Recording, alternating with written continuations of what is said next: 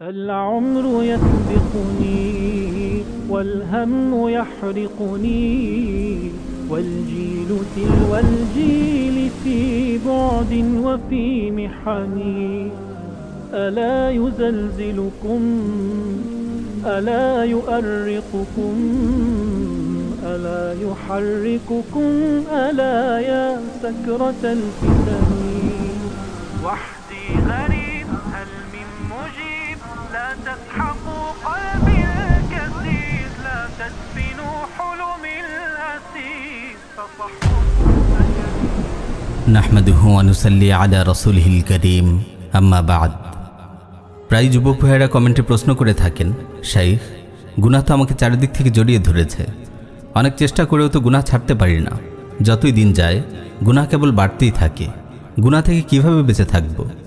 আমার প্রিয় ভাই ও বোন, আপনি যে গুনাহ থেকে বাঁচতে চান এটিই প্রমাণ করে আপনার হৃদয়ে আল্লাহ কল্যাণ রেখেছেন, আপনার ভেতরে ঈমান আছে, তাই গুনাহ পরিত্যাগ করার জন্য আপনি অস্থির হয়ে উঠেছেন।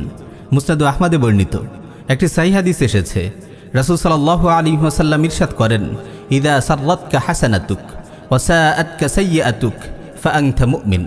আপনার নেক আমল যখন আপনাকে আনন্দিত করে এবং বদ আমল যখন আপনাকে ব্যথিত করে তবেই আপনি মুমিন।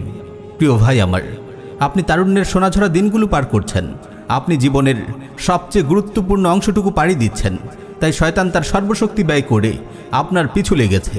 সে চায় আপনার যৌবনের পবিত্রতাকে নষ্ট করতে, সে চায় আপনার জীবনকে ধ্বংস করতে, সে চায় আপনার দাম্পত্য জীবনের মধুর আয়োজনকে জ্বালিয়ে পুড়িয়ে ছাড়খাড় করে দিতে, সে চায় আপনাকে আপনার দয়াময় রবের রহমত থেকে বহু দূর নিয়ে যেতে। তাই এই সময় আপনাকে পূর্ণ সাবধান থাকতে হবে, কোমর বেঁধে শয়তানের বিরুদ্ধে যুদ্ধে ঝাঁপিয়ে পড়তে হবে। প্রিয় ভাই ও বোন, আজ আমরা গুনাহ থেকে বাঁচার কার্যকর 3টি উপায় নিয়ে আলোচনা করব ইনশাআল্লাহ। গুনাহ থেকে বেঁচে থাকার সবচেয়ে কার্যকর উপায় হলো গুনাহের উৎসমুখই বন্ধ করে দেয়া, আর গুনাহের উৎসমুখ হলো চিন্তা ভাবনা। তাই আপনার চিন্তা ভাবনাকে 24 ঘন্টা কঠোর নিয়ন্ত্রণে রাখুন। আপনার চিন্তা ভাবনায় ফিল্টার বসিয়ে দিন, আপনার মনের দরজা জানালা এমনভাবে খুলে দেবেন না যার ইচ্ছা ঢুকবে, যার ইচ্ছা বের হবে।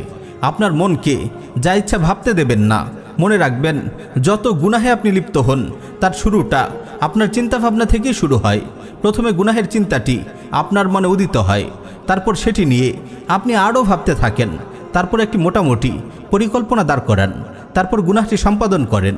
আপনি যদি মনে আসতেই গুনাহের চিন্তাটিকে থামিয়ে দিতে পারেন তবে ইনশাআল্লাহ আপনি গুনাহ থেকে সফলভাবে বেঁচে থাকতে পারবেন। আমাদের মনে সব সময় কোনো না কোনো চিন্তা ঘুরপাক খেতেই থাকে, কিন্তু খেয়াল রাখবেন, যখনই কোনো বাজে চিন্তা মাথায় আসে সাথে সাথে ঝেঁটিয়ে বিদায় করুন, বন্ধ করে দিন গুনাহের উৎসমুখ। মনকে আজে বাজে চিন্তা থেকে দূরে রাখতে নিজেকে সব সময় গঠনমূলক কাজে ব্যস্ত রাখুন। 5 ওয়াক্ত সালাত যে কোনো মূল্যে মসজিদে গিয়ে জামাতের সাথে আদায় করুন। প্রতিদিন নির্দিষ্ট পরিমাণ কোরআন তিলাওয়াত করুন।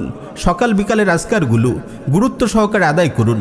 দিনই বইপত্র পড়ুন, আর পুরো দিন কল্যাণমূলক চিন্তায় নিজেকে ব্যস্ত রাখুন। যখনই কোনো গুনার খেয়াল মনে উদিত হয় আপনি ইস্তেগফার পড়ুন, আল্লাহর জিকির করতে শুরু করুন। মনে রাখবেন, আমাদের মন একই সাথে দুটি চিন্তা করতে পারে না। আমরা যখন জিকিরে মশগুল হয়ে যাব, গুনাহের চিন্তা এমনিতেই থেমে যাবে। প্রিয় ভাই ও বোন, শয়তান বারবার আপনার হৃদয়ে কুমন্ত্রণা দেবে, আপনার অন্তরে গুনাহের চিন্তা ঢুকিয়ে দিবে। শয়তানের একটি বিষাক্ত তীর হলো কুদৃষ্টি। আপনি কঠোরভাবে আপনার নজরের হেফাজত করুন। ফেসবুক, ইউটিউবের এই যুগে নজরের হেফাজত বড় কঠিন ব্যাপার। আপনার ফেসবুক টাইমলাইনকে নিয়ন্ত্রণ করুন। নির্বাচিত ইসলামী আইডি পেজগুলোকে সিফার্স্ট দিয়ে রাখুন। ইউটিউব অন্তত 20টি ইসলামী চ্যানেল সাবস্ক্রাইব করে রাখুন। অশ্লীল অ্যাডগুলো হাইড করে দিন। শয়তানের নিক্ষিপ্ত কুদৃষ্টির তীর যখন আপনার অন্তরে গিয়ে লাগে, আপনি আর আপনার চিন্তাকে নিয়ন্ত্রণ করতে পারেন না। তাই নজরের হেফাজতকে সর্বোচ্চ গুরুত্ব দিন। প্রিয় ভাই, গুনাহ থেকে দূরে থাকার দ্বিতীয় আরেকটি উপায় হলো সৎসঙ্গ গ্রহণ। আপনাকে অবশ্যই অসৎসঙ্গ ত্যাগ করতে হবে। দেখে শুনে নামাজি নেককার লোকদেরকে বন্ধু হিসেবে গ্রহণ করুন, যাদের দেখলে আপনার আল্লাহর কথা মনে পড়ে, আখিরাতের কথা মনে পড়ে।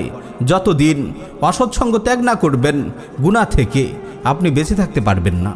প্রিয় ভাই, গুনাহ থেকে দূরে থাকার তৃতীয় একটি উপায় হলো বিয়ে করে ফেলা। বিয়ের অভাবে যেসব গুনাহ হয়ে থাকে, বিয়ে করা ব্যতীত এসব গুনাহ থেকে বেঁচে থাকা এক প্রকার অসম্ভবই বলা যায়। তাই যে কোনো মূল্যে বিয়ে করে ফেলার চেষ্টা করুন। আমরা জানি এই কুফরি রাষ্ট্র ব্যবস্থা ও জাহিলি সমাজ আপনার জন্য বিয়েকে বড় কঠিন করে রেখেছে, তবু আপনি হাল ছাড়বেন না। সাহিহ বুখারীতে এসেছে, রাসূল সাল্লাল্লাহু আলাইহি ওয়াসাল্লাম ইরশাদ করেন, ইয়া মা'শারাশ শাবাব মান ইসতাতা'a মিনকুমুল বা'আতা ফালইয়াতাযাওয়াজ ওয়া মান লাম ইসতাতি' ফা'আলাইহি বিস-সাওম ফাইন্নাহু লাহু উজা। হে তরুণ সমাজ, তোমাদের মধ্যে যাদের সামর্থ্য আছে বিয়ে করে নাও, যাদের সামর্থ্য নেই তারা সাওম পালন করো, কারণ সাওম জৈবিক তাড়না দমন করে। প্রিয় ভাই, দুনিয়াতে একটি সুখময় জীবনের জন্য এবং আখিরাতে জাহান্নামের কঠিন আগুন থেকে বাঁচার জন্য আপনাকে মরণপণ সংগ্রাম চালিয়ে যেতে হবে। আপনি যদি আপনার যৌবনকে পবিত্র রাখতে পারেন, তারুণ্যের উর্বর দিনগুলোতে ইবাদতের ফসল ফলাতে পারেন, তবে আল্লাহ তাআলা আপনার জীবনকে সমৃদ্ধি ও সাফল্যে ভরে দিবেন। আল্লাহ আমাদের সবাইকে আমল করার তৌফিক দিন। আমিন ইয়া রাব্বাল আলামিন।